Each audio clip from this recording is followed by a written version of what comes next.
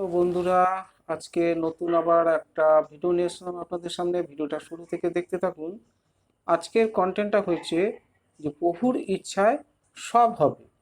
প্রভু যদি মনে করে এই কাজটা হবে, সত্যি তাই হবে। আর প্রভু যদি মনে করে সেই কাজটা হবে না, সত্যি সেটা হবে না। কারণ যে প্রভু সেই ঈশ্বর, প্রভু হলো অন্তর্যামী।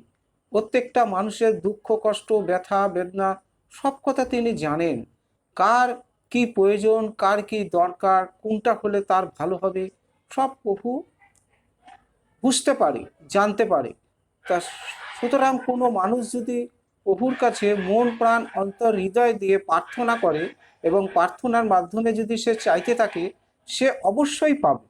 অবশ্যই প্রভু তার মনের কামনা বাসনা ইচ্ছা সকল কিছু পরিপূর্ণ করবে।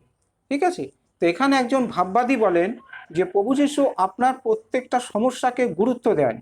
আপনার জীবনের যাবতীয় সমস্যা ও প্রতিবন্ধকতাকে অতিক্রম করতে তিনি আপনাকে সাহায্য করেন। যখন আপনি অসুস্থ পীড়িত, সত্য আমাদের সব যাতনা তিনি তুলে নিয়েছেন, আমাদের সব ব্যথা তিনি বহন করেছেন। তবু আমরা মনে করলাম তিনি আহত ও ঈশ্বর কর্তৃক প্রহারিত ও দুঃখার্ত। কিন্তু তিনি আমাদের অধর্মের জন্য বিদ্ধ, আমাদের অপরাধের জন্য চূর্ণ হলেন, আমাদের শাস্তিজনক শাস্তি ও তার উপরেই বার্তালো। আমরা যে পাপ করেছি, অপরাধ করেছি, সমস্ত পাপ অপরাধ তার উপরে কিন্তু চাপিয়ে দেওয়া হলো। তাই প্রভু পারে না এমন কোনো কর্ম নেই। প্রভু যদি মনে করে সব পারে, প্রভুর হাতেই কিন্তু সব। কারণ প্রভু যতদিন মর্তলোকে ছিল ততদিন তো বেঁচে ছিলই। প্রভু যখন ঊর্ধ্বলোকে উঠে গেল, তখন প্রভুর সমস্ত শিষ্যদের তার আশেপাশে চারিদিকে সব দাঁড়িয়েছিল, তাদেরকে বলল যে সবার অগ্রে আমাকে সর্বধামে উপনীত হতে দাও। কারণ আমি যদি সবার আগে না পৌঁছাই, তাহলে তোমরা মর্তলোক থেকে যখনই কোনো অসুস্থ পীড়িত বা গভীর সংকটে বিপদ আপদে পড়বা, তখন তোমরা আমার কাছে প্রার্থনা করবা। তখন আমি পিতা কর্তৃক তোমাদেরকে সমস্ত কামনা বাসনা ইচ্ছা, সব সংকট দুঃখ কষ্ট অভাব তাড়না সমস্ত কিছু পরিত্রাণ করবে। আমার পিতাই তোমাদের সহযোগিতা সাহায্যের হাত বাড়িয়ে দেবে। এই জন্য সবার অগ্রে আমাকে স্বর্গধামে যেতে দাও। আর আমি তোমাদের জন্য গৃহ নির্মাণ করব। সেই গৃহেই তোমরা যখন স্বর্গধামে বসবাস করবে, ওই গৃহেই তোমরা আজীবনকাল থাকবে। সুতরাং সেইটাই হলো তোমাদের অনন্ত জীবন। আমার যেরকম পুনরুত্থান হয়েছিল, ঠিক তেমনি তোমাদেরও পুনরুত্থান হবে। আমি তোমাদেরকে শেষ দিনে উঠাবো। হালেলুয়া। প্রভুর উপরে ভরসা বিশ্বাস থেকে কেউ যদি চলতে থাকে, তার জীবনে কিন্তু সংকট দুর্ভিক্ষ অভাব বেশি দিন থাকে না। প্রভুই আমাদের সমস্ত কিছু বিপদ আপদের হাত থেকে উদ্ধার করে দেয়। এমনকি মুখের আহার, যে অন্নদাতা সৃষ্টিকর্তা ঈশ্বর, সব কিন্তু আমাদের জুটিয়ে দেয়।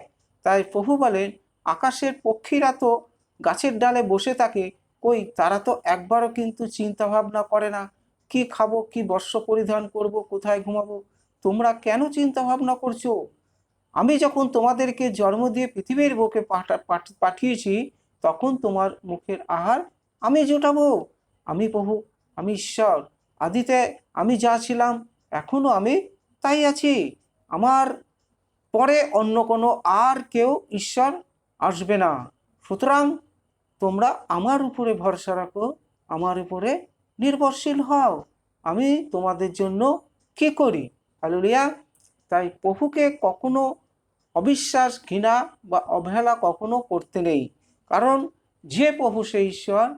আমরা যেরকম বাবা মার প্রতি ভক্তি শ্রদ্ধা এরকম গণ্যমান্য করি, ঠিক তেমনি সৃষ্টিকর্তা ঈশ্বর এবং তার পুত্রকেও সেরকম ভালোবাসতে হবে।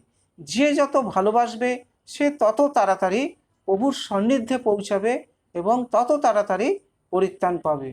পরিত্রাণ সৃষ্টিকর্তা ঈশ্বর এবং তার পুত্রর হাতেই আছে। হালেলুয়া। তাই প্রভুকে ধরে থাকতে হবে, মন খুলে প্রার্থনা করতে হবে, প্রার্থনার মাধ্যমেই তার কাছে চাইতে হবে। তাহলেই তুমি কিন্তু সব পাবে। প্রভুর হাতেই সব। তাই যে কোনো মানুষ প্রভুর উপরে ভরসা করে সে যদি প্রার্থনার মাধ্যমে চায়, আজ না হলো কাল, কাল না পরশু, পরশু না তরশু, প্রভু ঠিক একদিন সব কিছু তাদেরকে জুটিয়ে দেবে। ঠিক আছে? কিন্তু কখনো যেন প্রভুকে যেন অবিশ্বাস এবং নানা রকম চিন্তা ভাবনা না করে, তাহলে এগুলো করলেই কিন্তু তার জীবনে অশুভ শক্তি শয়তান বিরাজমান করবে এবং তার জীবনে নানা রকম তাড়না চলে আসবে। তখন সে আর ঈশ্বরের কাছ থেকে কোনো জিনিস তো পাবেই না, তখন শয়তানের কবজার মধ্যে সে চলে যাবে। এগুলো অশুভ শক্তি শয়তান দিয়াবল আমাদেরকে ডিস্টার্ব করে, ক্ষতি করে, ফাঁদে ফেলে, যাতে আমরা সৎপথে ধর্মপথে না চলি, আসতে দেয় না। এগুলো অধর্মের পথে যারা লোকের ক্ষতি অমঙ্গল চায় তাদের মধ্যে তাদের মতো করে আমাদেরকে থুয়ে দেয়। যারা ধর্মপথে চলে, যারা সত্যি কথা বলে, যারা ঈশ্বরের সরলতার পথে গমনাগমন করে, তাদের প্রতি কিন্তু তাড়না অনেক বেশি আসে, কিন্তু প্রভু আবার আমাদেরকে পরক্ষণেই পরিত্রাণ করে দেয়। কারণ প্রভু হাতেই কিন্তু সব, প্রভু পারে না এমন কোনো কর্ম নেই, প্রভু সব পারে। হালেলুয়া। তাহলে আজকের কন্টেন্টটা এই পর্যন্ত। সবাইকে জয় যিশু। প্রভুর কাছে প্রার্থনা করি আপনারা ভালো থাকুন, সুস্থ থাকুন, আপনাদের জীবনের সমস্ত সমস্যা সমাধান যেন প্রভুই করে দেয়। আর ভিডিওটা যদি একটু ভালো লাগে একটা সাবস্ক্রাইব দেবেন, কারণ এর থেকে ভালো ভালো ভিডিও কিন্তু সবার আগে আপনাদের কাছে পৌঁছাবে। জয় যিশু। আমেন।